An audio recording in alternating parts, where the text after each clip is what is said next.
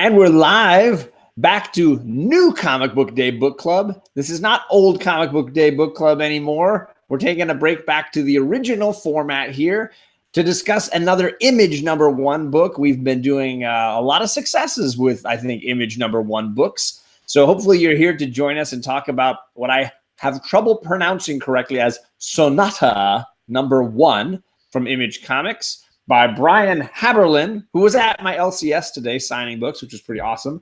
I'm joined by, as always, by my co-host in crime, because this show is a crime in a lot of ways, Alec from White Whale Comics. How you doing, man? Hello. What once was new became old and now is new again, as is the circle of life, as is book club. It is the wheel of fortune. Time is a flat circle. Lady Bird is life. Well, never heard of it. Little Bird. President Johnson would agree.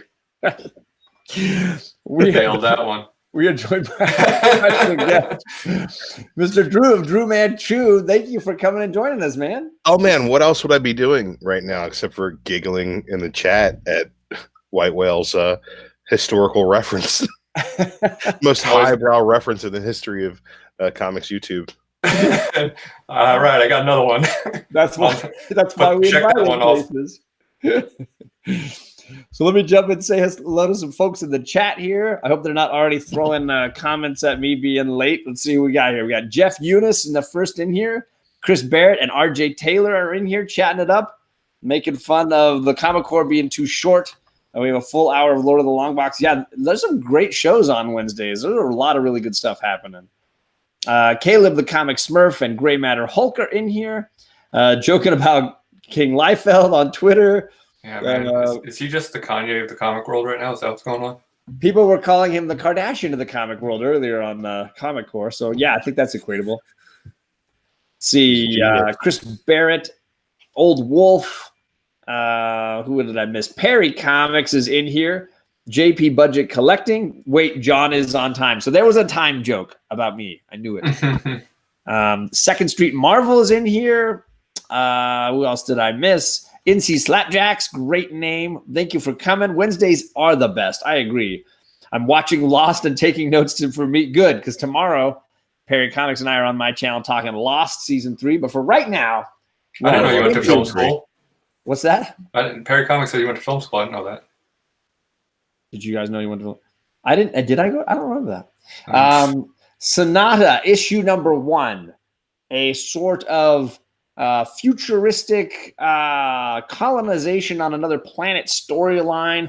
Does anybody have any sort of quick first reactions to the title that they wanted to go through?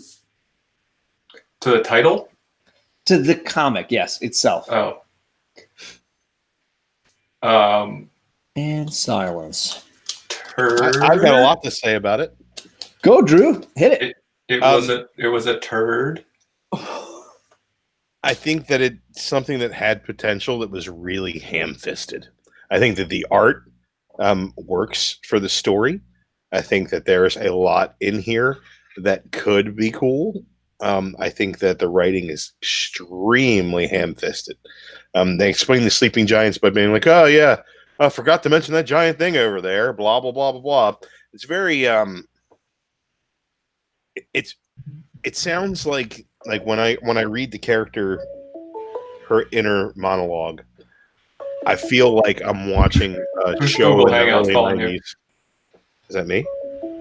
John's getting a Google Hangout call. No, that's John. Yeah. But like, yeah, it's very ham-fisted. It's very campy writing, and I think that the subject matter could be cool. I think that the art conveys a really nice sense of mood. Some panels, it's kind of hard to see what's going on. Layouts are pretty straightforward stuff. Nothing super impressive about it, but I think that it's fun to look at this book. I would like it better if it didn't have the words in it.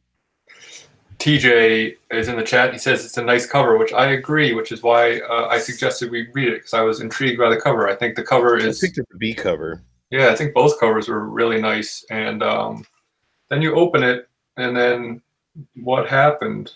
I will say this. I was supremely frustrated by the, and I don't want to say writing in the sense that like the whole story, but specifically the actual text in every box was sort of infuriating. Like I wish they would just shut up half the time. Yeah, the character was not endearing at all.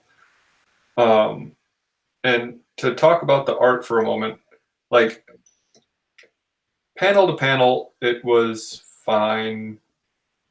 Not really my style.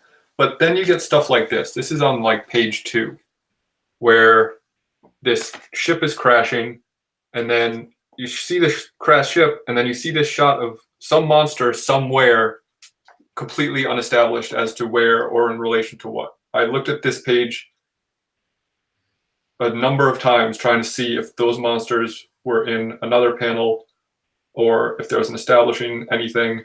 Nope. And that happens a few times where it's just like something happens and then the next panel it's something else and there's no connective tissue to it. Then you get pages like this, which look really nice.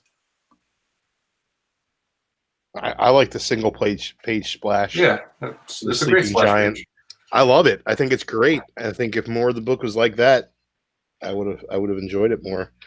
But it's basically a very cliche story of warring settlers, and I think we're going to get more from these weird monster creatures that would eat up the budget if they made this into a show, which it probably won't. Apparently there's some sort of hidden ancient civilization, and but I'll never know about it because I'm not going to read issue number 2. Yeah, spoilers for buy or pass. It's a hard pass for me. If you couldn't have guessed from me calling this book a turd. So I thought I couldn't be more offended by the exposition and deceased.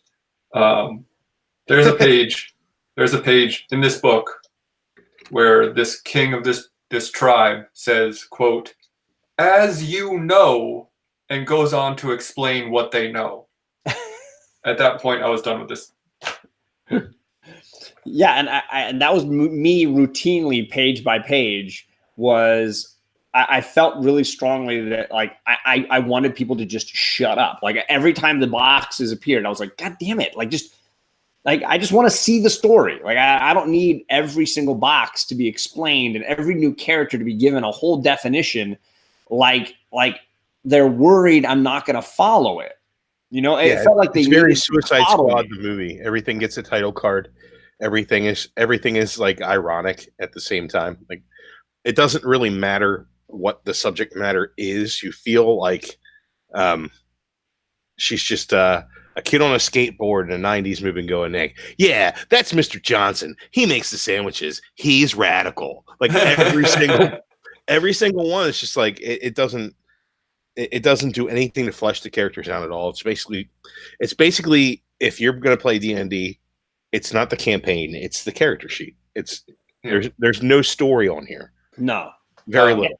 And it seems like they want to set up a lot of story because they want to give us like everything in this issue, right? We've got the colonists, we've got new people coming to the planet, so we've got that. We've got the creatures and beasts that are native. We've got this other group that's living in a different section that's kind of like hogging resources. We've got an attempt at sort of, I guess you'd say, sabotage. And then you've got this sort of, I don't know, odd friendship between our colonists and some of the native creatures on the planet, all kind of building towards, instead of Alec's favorite like villain reveal, you get like a location reveal. Yeah, I mean, it's a twist at the end, I guess. Better than a villain reveal. John, I don't know if you know anything about storytelling or filmmaking, let's say. I don't know. Can you dumb it down for me? Yeah, there's one simple rule, which is show, don't tell. And no, you don't get it. This book does nothing but tell you what's going on. It does not allow you to realize what's happening. JP's Budget Collecting says, I gotta call it a night. Sounds like this book sucks. And as much as I enjoy watching White Whale destroy crappy comics, I got an early morning. Don't worry, we're gonna get to Silver Surfer Black in like 10 minutes. It sounds like. So yeah, it was just like page after page of drudgery. Chris Barrett says, "Screw the location reveal. The best reveal is when she drops her robe." I think this book's biggest sin isn't that it tells and doesn't show. I think it's telling something and is showing something completely unrelated a lot of the time. Yeah. And it's just not, most of it's not necessary. I think that this could be edited into a successful story. The world building is there's something there, right? Yeah, it wouldn't have got greenlit if there wasn't. But who was the editor on this book? Someone who either did a miraculous job because this Melanie Hackett. Well, Melanie Hackett can't hack it. Let's just go ahead and say that right now. Half this book should have been cut. Well, to be fair, half of it should have been cut. To be fair to Melanie, we don't know what the first draft was like. Well, how about this? This is the third box. We came as colonists, seeking a world that had unlimited resources, a world that is ecologically stable, unlike our own planet, where fuel and food are becoming scarce. Cut the whole box. Why the hell else would they be colonizing another planet? Yeah. You know, We get it. You can show that by having a character have a conversation about resources on the next fucking page. Like, you can cut it. We came here seeking paradise. Like, how much of this do you actually need to get to know the main character and her drama in the story? Like, none of it. There's so much of it that's like, hey, let me give you another page of backstory. Hey, let me give you another page of backstory. The genius of good writing, you know, you look at the Game of Thrones novels, is they don't just give you all the backstory in the first book. They bleed that out over, you know, thousands of chapters. And good writing is like, they're not just going to feed you everything. And this definitely feels like I'm being force-fed all of it. And good episodic storytelling is reliant upon characters. It's reliant upon characters. It's like you're doing your show about Lost. Great show, in my opinion. It got really, really weird, but it waited until you cared about all those characters before it got super weird. That way you weren't jumping off because, shit, it's time travel. But at the same time, you were like, well, I want to see what happens to Sawyer. You know, so you stick around to figure out what happens with the characters, no matter where the story takes them. If this character starts off the first 3 pages, you know, being told by her father, I don't want you going out in that storm, and you build the relationship in a scene before, and then you just cut to a splash page where she's out in the storm going to greet these people. Much better right there. You start with that action, right? You start with what's happening. You start with the dilemma of her trying to rescue people that are clearly in need. They land, they're coming out all stunned. These people come out of this crash and they're like, hey, cool, new planet. This looks really cool. Like, I heard the locals are friendly. I guess they're not. Your spaceship just traveled here and got struck by lightning and you crashed, and they're all coming out of it like, this is just normal. Like, this is just Friday. It's just Friday. Right. Like, they didn't send scientists. And then there's like beasts coming at them and they're like making quippy jokes. Like, hey, those guys don't seem so friendly. It's not like, oh crap, we need help. Like, there should be fear. And maybe it is written that way, but it's the emotion isn't shown on the face of the characters in that way. They're straight faced, you know. They're like, you can't see their expressions. It's a wide shot. Do they look friendly to you? Could be, do they look friendly to you? Which would be great. That would fit, but the two things don't go together. The art is not.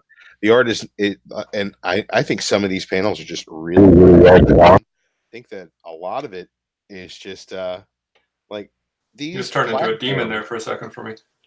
Oh, sorry. I don't know. Was it just me? That's my mic cable, I'm sure. Am I still a demon? No, you sound great. There is I'm going to click on Drew here, guy. I just want everybody to look at that panel because there's a little Jubilee action going on there in that. Yeah, don't besmirch Jubilee like that. At the same time, I really enjoy Don't drink to that. That was John. Right. I like the backgrounds. I think that there's a lot of detail put into this landing platform where, you can tell that some love went into this. There are definitely splash pages where you can tell they spent a lot of time drawing these things, and the characters aren't bad looking. There's nothing bad about it. It's just so uninteresting the way it's put together. I think that,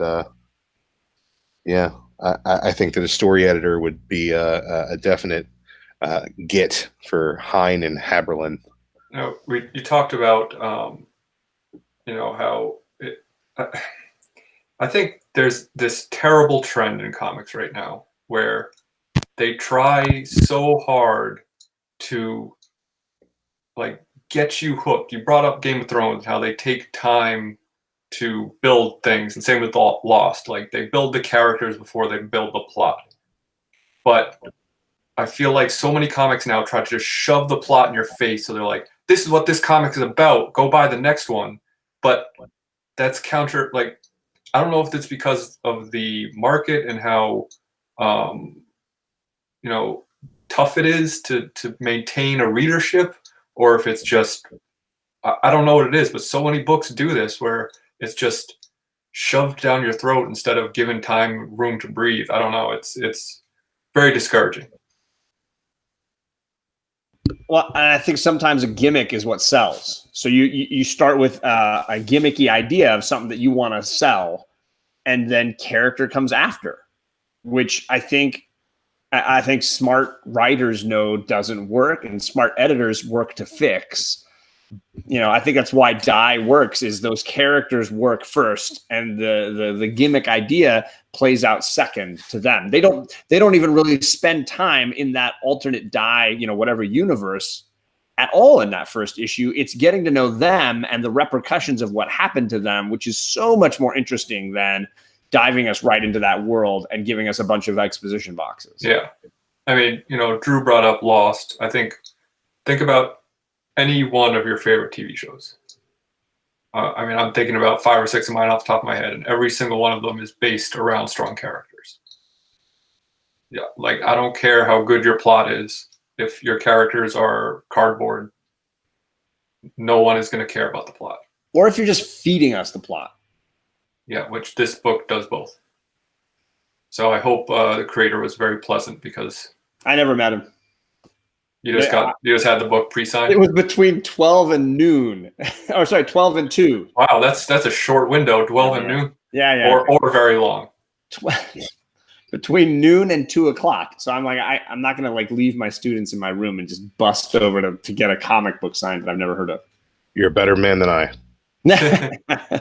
But that's why we're not teachers. He signed all the ones they had in the shop. So the copy they held for me was already signed.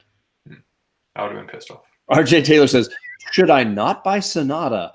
I mean, make up your own mind. This is just one idiot's opinion. Well, and for me, I will say, no, I'm not going to get the second issue. But do I think the world and the ideas have promise? Absolutely.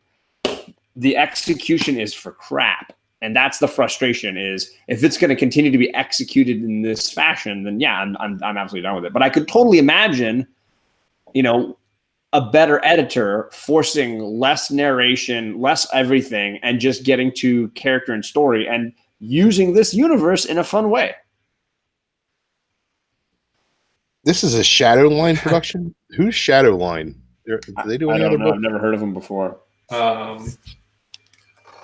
It's someone's imprint. I don't know. For Anomaly Productions, Shadowline production, it seems like a lot of people wanted this book to do something. Yes, maybe too many cooks in the kitchen. Could possibly be, but I don't know, man. I am not impressed. This is definitely a pass for me. My old show, I'd say I'd blast it. Yeah, I'm definitely passing. I'm not adding this to my pull list at all. Backseat driver, what's up? Welcome to a live New Comic Book Day book club. You just missed me crapping all over a crap pile. I would say that he is probably familiar with that, being that he is a subscriber to both of our channels. Probably. Jim Valentino's line, says Dave Enrique. Got you, Dave. Bringing the power. Way to go, Valentino. So I will say, like, of all the books I got today, it was my least favorite. But I bought a bunch of books today, and I was generally really pleased overall with the books I snagged today. So I don't know how you guys felt about your new comic book day. Well, I just got home from work, so I read exactly 2 books and 2 pages. So I read this in Silver Surfer Black, and, well, I guess 6 pages of Event Leviathan, or whatever it's called, because I had to read page 2 6 times to understand the flow of those panels. Thanks, Brian Michael Bendis. I'm not going to give it a thumbs down quite yet because the Malieve artwork looks great. Gotta love Malieve, yeah. But how about that Silver Surfer Black? How about it? I really enjoyed this, and I know that on the Unlimited show, people were really kind of hating on is it Tradd Moore? Tradd Moore's artwork. I love it. I kind of dug it. I thought it fit this sort of cosmic. He's trapped in a black hole. It fit perfectly for me. I had no issues. At times, it was super interesting and masterful, and at times it was very awkward and uncomfortable. You can see the glare; it's messing everything up. How many abs does you Silver can see Surfer the have? silver hole. Do you have problems with Silver Surfer taint? I mean, Grundle is not the thing I want to see on the page flip. The Lonely Sandbar is not my favorite thing. It reminded me of that. Was it Faithless cover? Yeah, but then another page that looks really great, and then there's this one panel that I didn't quite understand because it looks like he is farting laser beams. I don't know if you guys noticed that. I didn't. You had to hold that closer than me. I put you on the main screen here.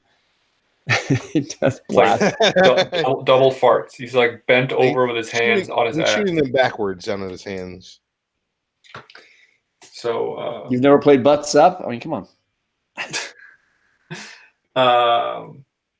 It was an interesting read though. But other than the big pet peeve of mine of the asterisk, hey, go read this so you can read more Marvel books type thing. It was a very interesting narration. It was not like most comics, I would say.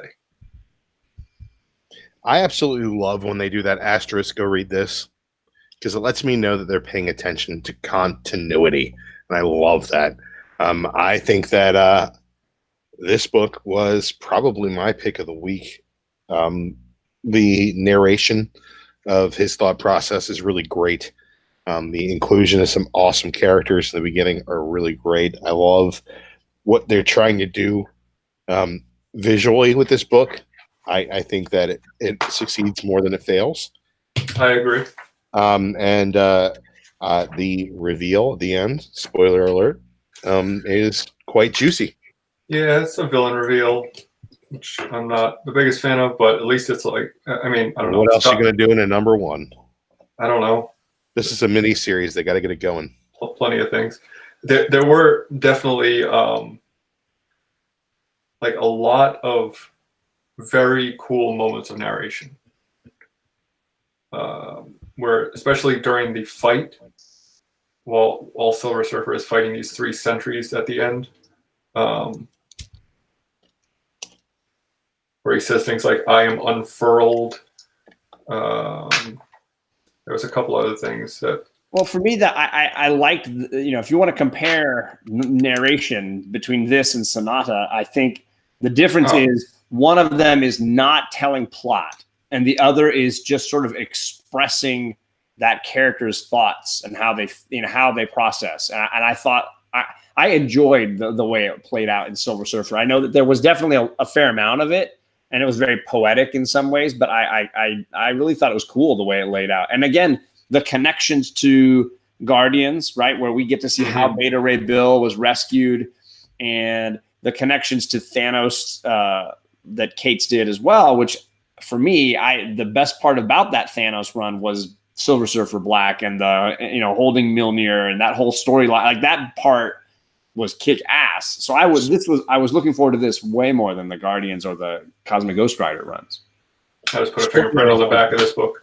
The best part of the Thanos run is when Thanos impales a Silver Surfer's head on the handle of Mjolnir because he can't lift it. That's the best panel in comics in recent memory for me. I really enjoyed that. I thought that run was great. I've really been loving Cates on not Silver Surfer. We're talking about that right now. Guardians of the Galaxy. His Thanos was good, and his work with Venom has been really great. And he has taken from continuity and been one of those guys that makes all older books important again. And I think that this is probably going to have a way of doing that as well. I think check your Silver Surfer rando issues because something cool might happen.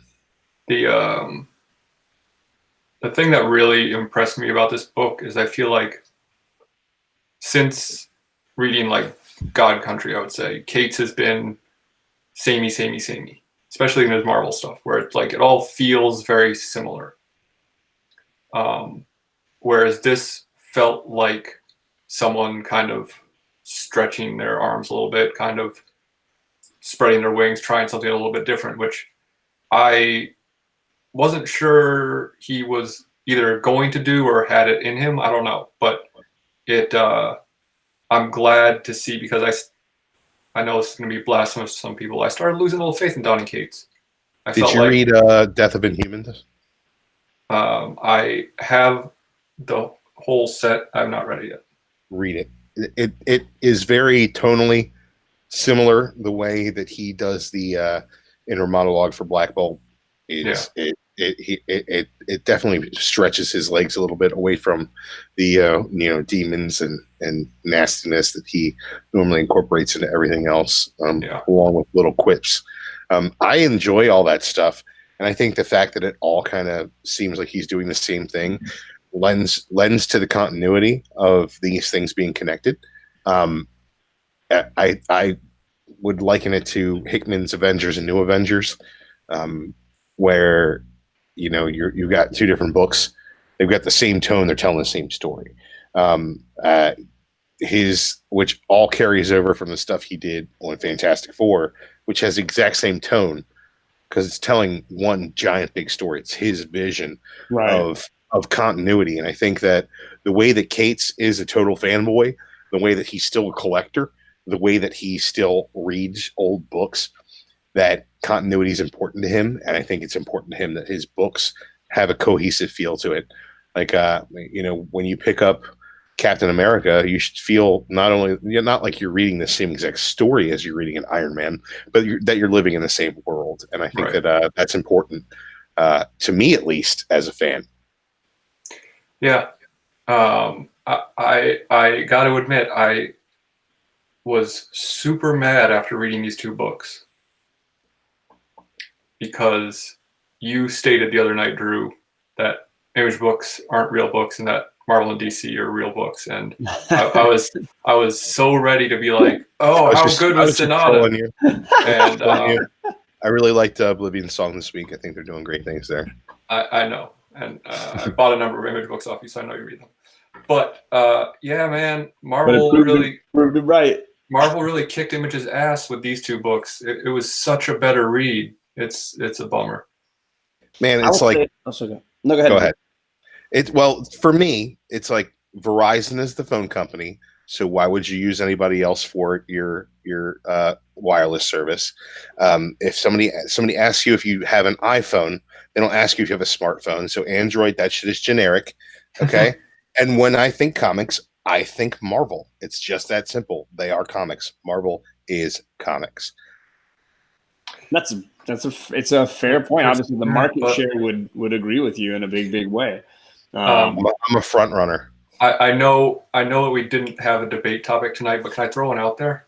Let's go. Can I wanted to say some things about Donny Cates first, and then okay. So yeah, for me, that Thanos run is like iconic. That's like the tip of the spear for me for Donny Cates, and anything that goes and sort of uses that as a touchstone, I'm going to really appreciate. I was a little disappointed by Cosmic Ghost Rider as a run. It just was way too goofy for me, and I didn't really appreciate it. And I kind of feel like Guardians could follow that path as well. I totally agree, Drew. Death of the Inhumans was a kick in the pants. The whole the reveal of the villains, the Vox, is super creepy. I wish the finale had stuck the landing. It was a little bit like they had done so many cool things and then they had to backtrack it a little bit. Like, no. Don't worry. Lockjaw's alive. Don't worry. We didn't kill the dog. We didn't kill the dog. Right. Well, I wanted them to freaking kill the dog. I wanted the dog dead. No, don't kill the dog. Kill the dog and then tell me you didn't really kill the dog. I'm fine with that. So for me, the first 4 issues of Death and the Inhumans are lights out, top drawer, great. And then the last one's good, but not for me. I didn't want them to backtrack it too much. The Olivetti art is just stellar too. Right? Absolutely. There's really nothing wasted on the page. No. I think it's really well produced. In the same way that you find those artists that work really well together. I think that his work with Jeff Shaw is really great as well. I think that Jeff Shaw kind of gets what Donny wants on the page and gives it to him. That's why the Thanos stuff really stood out. That's why his Guardians run has been good so far, in my opinion.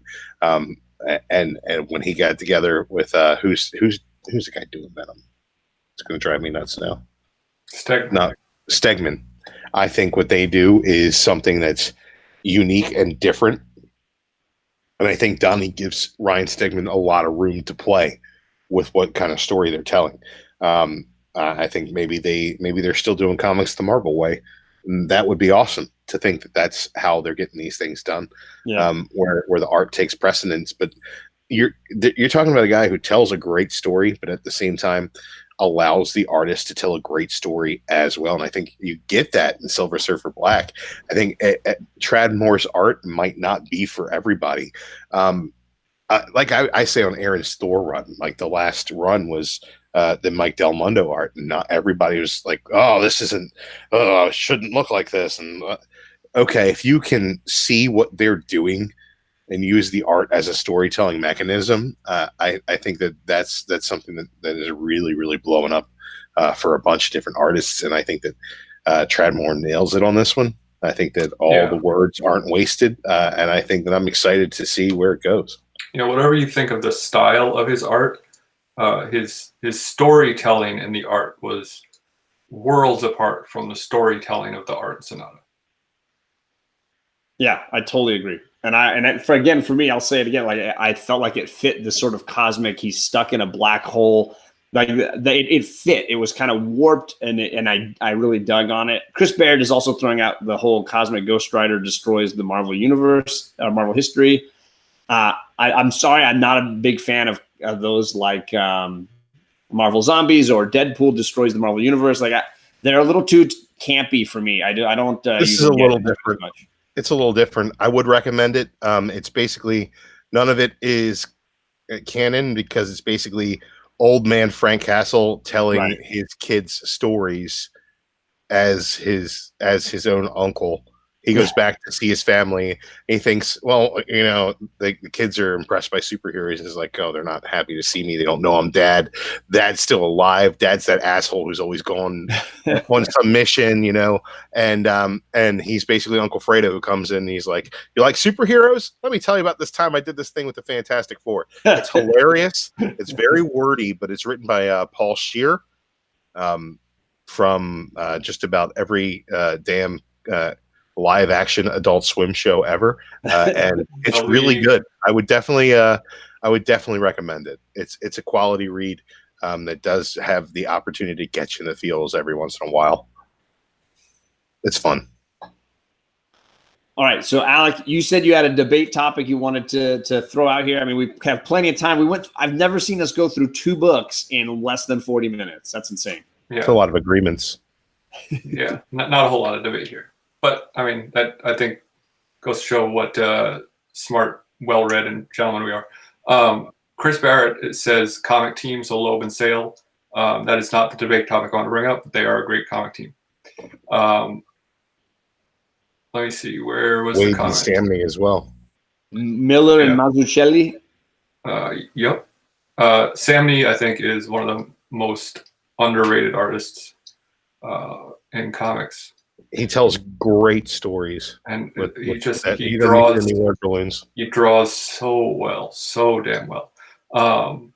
Someone said, Chris Barrett also said, Cates should do the X titles. So with the upcoming Hickman X-Men run, I have a legitimate question for you guys, and I want you to take a moment to think about it before you answer. By the way, Comics Explained and John, TJ loved The Witch. I know he did. I've joked with TJ a little bit about it. I don't know if he said loved. I think he said he liked it. Well, I don't remember. He did follow that with a smirk, so he might have known that. Okay, ready? When was the last time X-Men was actually good?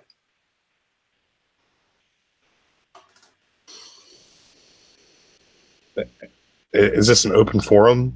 Yeah, I'll say it's pretty freaking good right now, in my opinion. I love the X-Men. I think they've done some really interesting things with them over the years. I think a lot of those ideas end up half-baked and shoved into other events. But there is a lot of X-Men stuff that I've loved over the years. I even hate to say it because he's such a dirty word right now, but Brian Michael Bendis' run on Uncanny and All New X-Men, I thought that stuff was great. I thought that the Battle of the Atom crossover was really interesting. Really character-driven stuff in that wasn't super duper convoluted, even though there was time travel involved. I thought that the Wolverine and the X-Men run was a great run, just showing Wolverine in a different light as the leader of the school. New mutants, a lot of characters that are getting play now. People are like, why do you care about these characters? Because I read Wolverine and the X-Men, and they're really cool characters. I like Glob. I like Armor. I like Glob too. I like Eye-Boy. I think that I like Gold Balls. Gold Balls was great. Where'd he go? Oh, he got sucked into Brian Michael Bendis' Spider-Man universe, and now they don't use him in the X-Men anymore. But Gold Balls is awesome. I think that there's a lot to like about the age of X-Men if you get over the fact that it's just another one of those same alternate dimension, pocket dimension storylines again. They're exploring some really interesting stuff with some really interesting characters. Is it top-notch stuff over at Marvel right now? No, I wouldn't say that they're marquee at the moment. So when's the last time they were marquee? Morrison's new X-Men run. Yeah, that's what I would have pointed to as well. But post Schism, I think there's a lot of really cool stuff in there. So you did not make my point, but the chat kind of did. Gray Matter Hulk said Age of Apocalypse. Tacoma said 1988. R.D. Taylor said the John Byrne issues. So, I mean, yeah, I think that there has been some fine X-Men stories over the years, but it's the X-Men, right? It's still, you look at Spider-Man and you look at the X-Men, for me, as Marvel. It's like they're two pillars of... Well, they were. Right. But now there's one pillar. Which is? Avengers. Oh, well, Avengers. Right, 'cause Spider-Man has to be an Avenger because Avengers. Everything's Avengers. But all Avengers all the time. You know, for me, growing up, like, X-Men was the thing. Oh, yeah. And I think it's still kind of looked at as being the thing, but it's not anymore. Like, it's not been, like, very good for a long time, like you said, since probably the Millar new X-Men run. Counterpoint. Okay. Wow. RKO out of nowhere. Is it similar in some ways to the way people are talking about Tom King's Batman, in that people are just picking it up and buying it because it is what it is, not because it's great anymore? No, I would disagree. I think X-Men sales would tell you that it's not selling as well as Batman is. I think that X-Men fans are X-Men fans, and they will buy X-Men. But as far as comic book fans that like the X-Men, they're not necessarily going to buy it unless there's something going on that they can sink their teeth into that brings up the nostalgia of a continuity that has been kept and isn't the way that they want it to be anymore. I think that a lot of people jumped off the X-Men and missed a lot. And when they go and give the people who have been reading X-Men something to chew on continuity-wise, a lot of people are like, well, what's going on here? Who the hell is Glob and why do I care? Yeah, you know, it's really hard to jump into the X-Men. Which is, right. I think, what Gray Matter is kind of saying is that he picked up New X-Men and didn't recognize anyone, so he stopped reading it, because he's in that other camp that was like, I remember loving X-Men, I'm going to go back, and it's evolved. It's gone past that. I would say the last time I really loved it was probably, not loved it, really enjoyed it was Whedon's Astonishing X-Men. I enjoyed that first storyline that he did. I didn't read, what was the one you guys mentioned? I'd never read it. Oh, New X-Men? Yeah. It's basically just a relaunch after 90s X-Men. When the movie came out, they gave Grant Morrison the title. And he put everybody in black what are they called? Leather jumpsuits. And Frank quietly drew it. And TJ says it doesn't help when there's so many titles and you reboot every 5 seconds. Yeah, I mean, I think the thing is Marvel never reboots; they reset. They've never killed any continuity that has happened. They've only added to it in a way to change it. But with X-Men, I think that people are still really stuck on the time when they got to know the X-Men. And I think a lot of people got to know the X-Men, not as much as reading the books, but in watching the cartoon and then collecting every damn Toy Biz action figure that came out. Like right now, I'm having a conversation. I was looking down at my phone a minute ago with my LCS owner who got my delivery for my X-Men Marvel Legends wave, which is the Build-A-Figure. I got to buy them all because I had to get a case because the Build-A-Figure is Caliban. When the fuck have I cared about Caliban? I don't know, but I really want that action figure. Why? Because they're doing all the same costumes that they've done all over and over again. Like the new throwback Wolverine action figure is from the #1 ongoing. He's even got the Shadow X like across his eyes, and he's wearing the sleeveless black costume. And I need to have it because it needs to go on the shelf with my other X-Men. I think that a lot of people got bogged down in all these awesome characters and all these great designs and all these one-off ideas they read on the back of trading cards. And they're like, I remember when X-Men was awesome. Actually, 90s X-Men is some of the most convoluted storytelling that I've ever read. 80s X-Men is great. Yeah, I agree. Late 80s X-Men, the end of the Claremont run, I don't care who you are right now, fight me in the street. The end of the Claremont run is garbage. It's terrible. It's really, really bad. The Jim Lee stuff came in, and it really wasn't much better. And when the artists left, and things got all goofy and anime style for a little while, people dropped off those books. The Chuck Austin stuff was just, some of it is just drivel, and that's after the Morrison stuff. But I think that anybody who wants to know the last time X-Men was really good just needs to go back to Marvel Now. Post-Schism, Marvel Now, Brian Michael Bendis on All New X-Men, which was fantastic, and on Uncanny X-Men, which was really great, coincides with the run on Wolverine and the X-Men, and later on they released X-Men, which was just an all-girls team. But before they did A-Force or whatever, they did an all-girls X-Men team, and it was actually phenomenal. Those are 4 books that run concurrent through Marvel Now. Go pick them up and read them because it's really, really good stuff. Jubilee was on that team. She was a vampire. Yep. 2 things. But you got Shogo. 2 things. Number 1, when you're on our show, you pay attention. You don't chat with your LCS. Number 2, my boxes came in damaged. I'm sorry to hear that. That's okay. That's very upsetting. I'm going to open them anyway. I said it's fine. I'll just charge me full price. Number 2, I think the Bendis run started off strong, but it didn't pay off for me. So I can't really consider it great. 600 was delayed. And that's an understatement.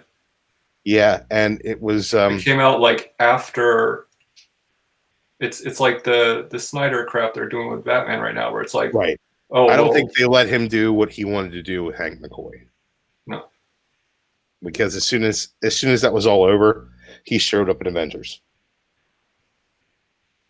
Did you notice that? He showed up when they brought Simon Williams back. No. He at the end of Uncanny Avengers, Beast ended up on the Avengers team. Basically, he's like, "Yeah, I can't hang out with the X-Men anymore. But Simon, you're my boy from back in the '80s. Let's just chill." And that was, I mean, it was okay, but basically, Beast needed to get his comeuppance in the Bendis run, and he never did. Yeah. I guess my point to this whole question is this Hickman run better be damn good. It will be. It's Hickman. Yeah, but I feel like people just blow it on the X-Men. It's not. You know what? Not a simple.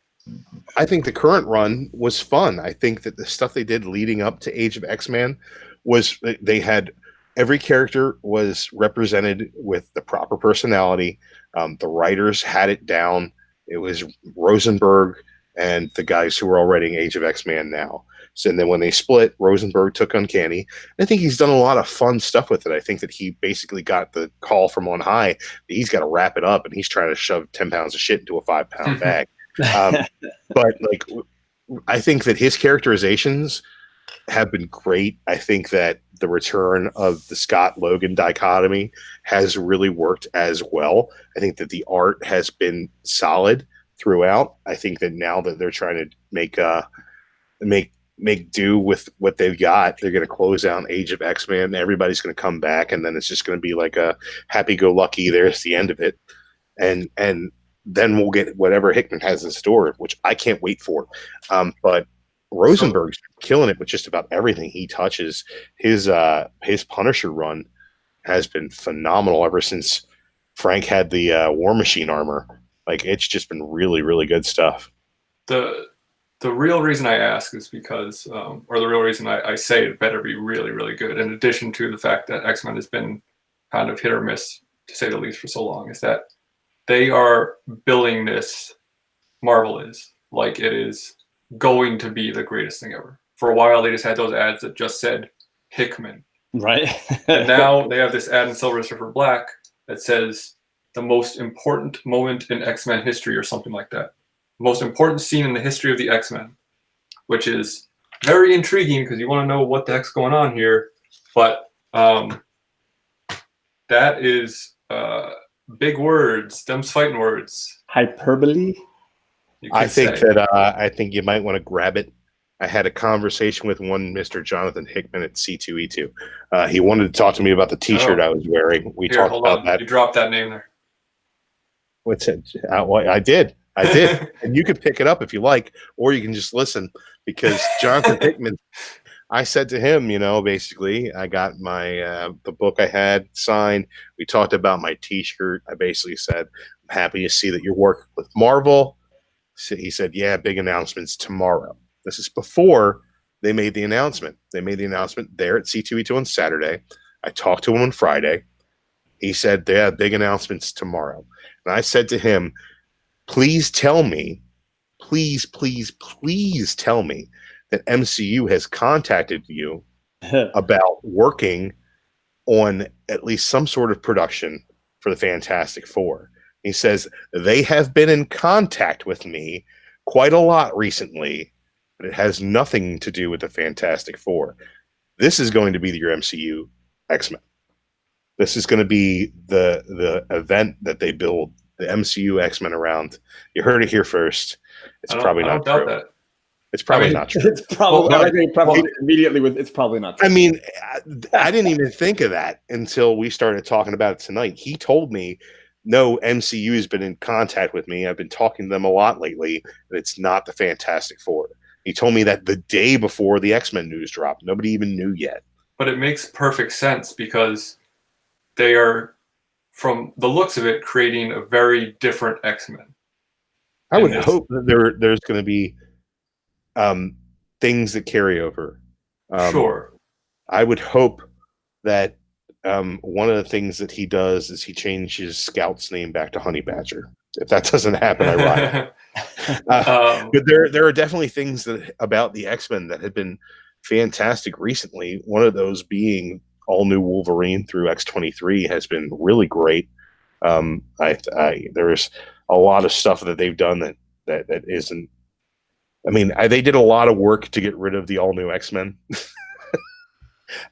So that was that was a bit much, the extinction stuff, but I like what they've done. I like where they've taken it, and everything has kind of spawned its own thing and moved into something else. And I love continuity. In the new X-Force run with Dylan Burnett on the art is just really great. I love that, and I'm sad to see that's going to be going away. Sad to see that Scotty Young's Deadpool's going away, but we're getting something. So yeah, and I hope it's good.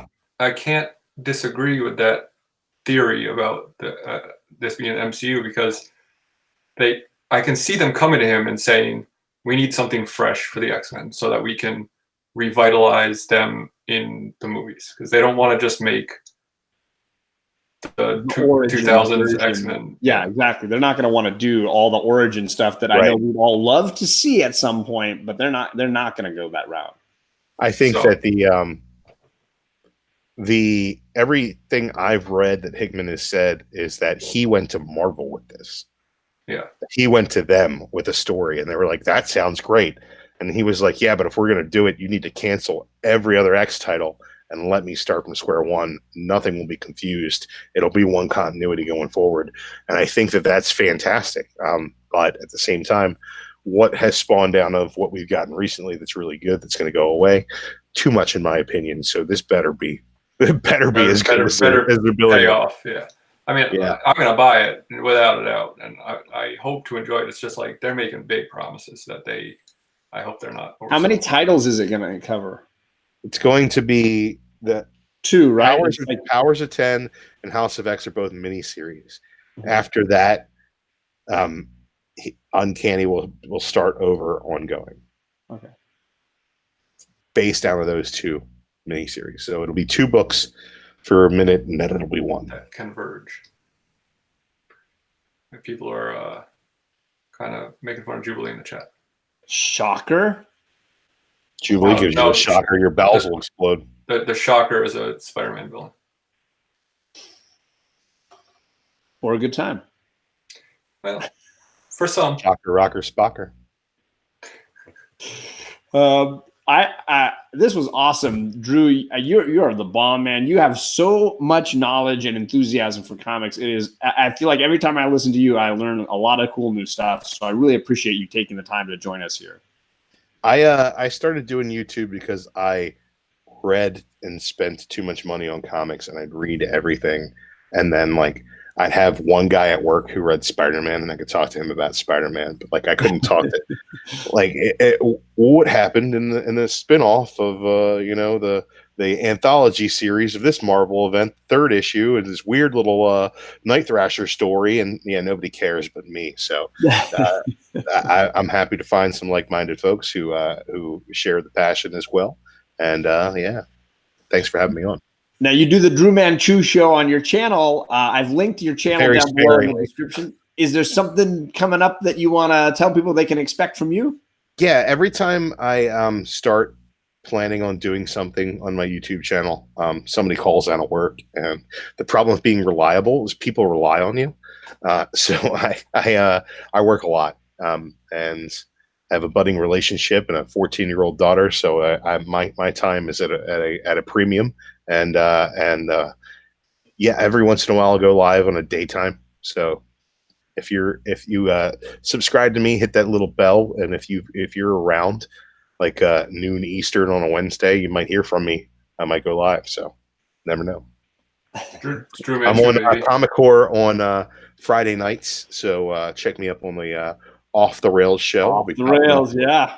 I pop up every once in a while on Outside the Issues.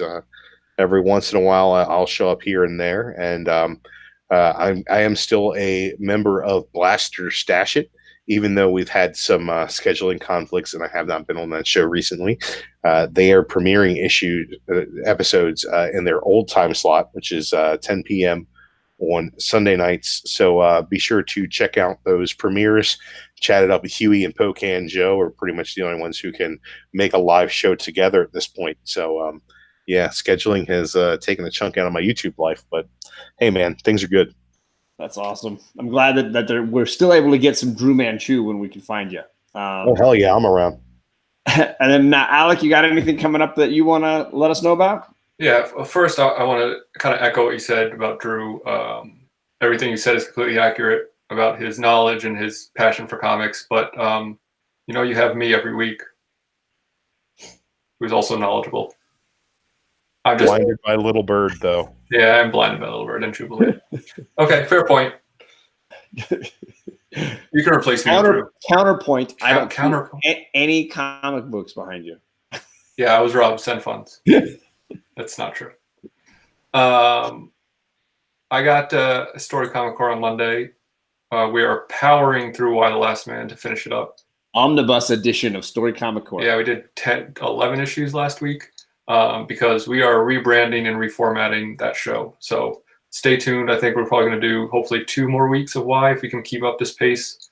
And then going to be something new and cool that we're going to do.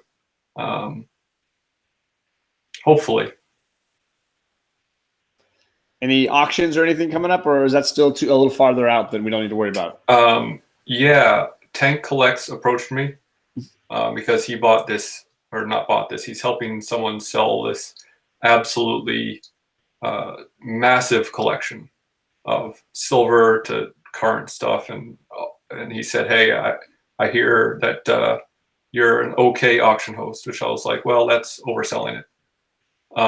Who would tell him that? I think it was you. Oh yeah, sorry, that was me. Yeah. So it's either going to be next Saturday or the Saturday after that, depending on when he can kind of. He needs to do some serious organization because if you've seen any of his Instagram posts, it is piles of books. So follow Tank Collects on Instagram. Check out that stuff. It's he's told me some of the stuff he's got, and I'll definitely be dropping a preview for that. And I think I Got Issues is going to be joining us for that as well. And Tacoma's throwing out some other auctions. Like tomorrow night, Comic Smurf is doing an auction. We got the Comic Core auction. And forget I said anything. We're having some format issues, and then we're having some behind the scenes snafus. We're going to make sure that we give everybody's auctions a chance to shine. Comic Core is probably just going to be strictly live shows, panel shows, chat shows going forward. Kind of getting out. And that individual people host their own auctions when they want to do them. Yeah. Well,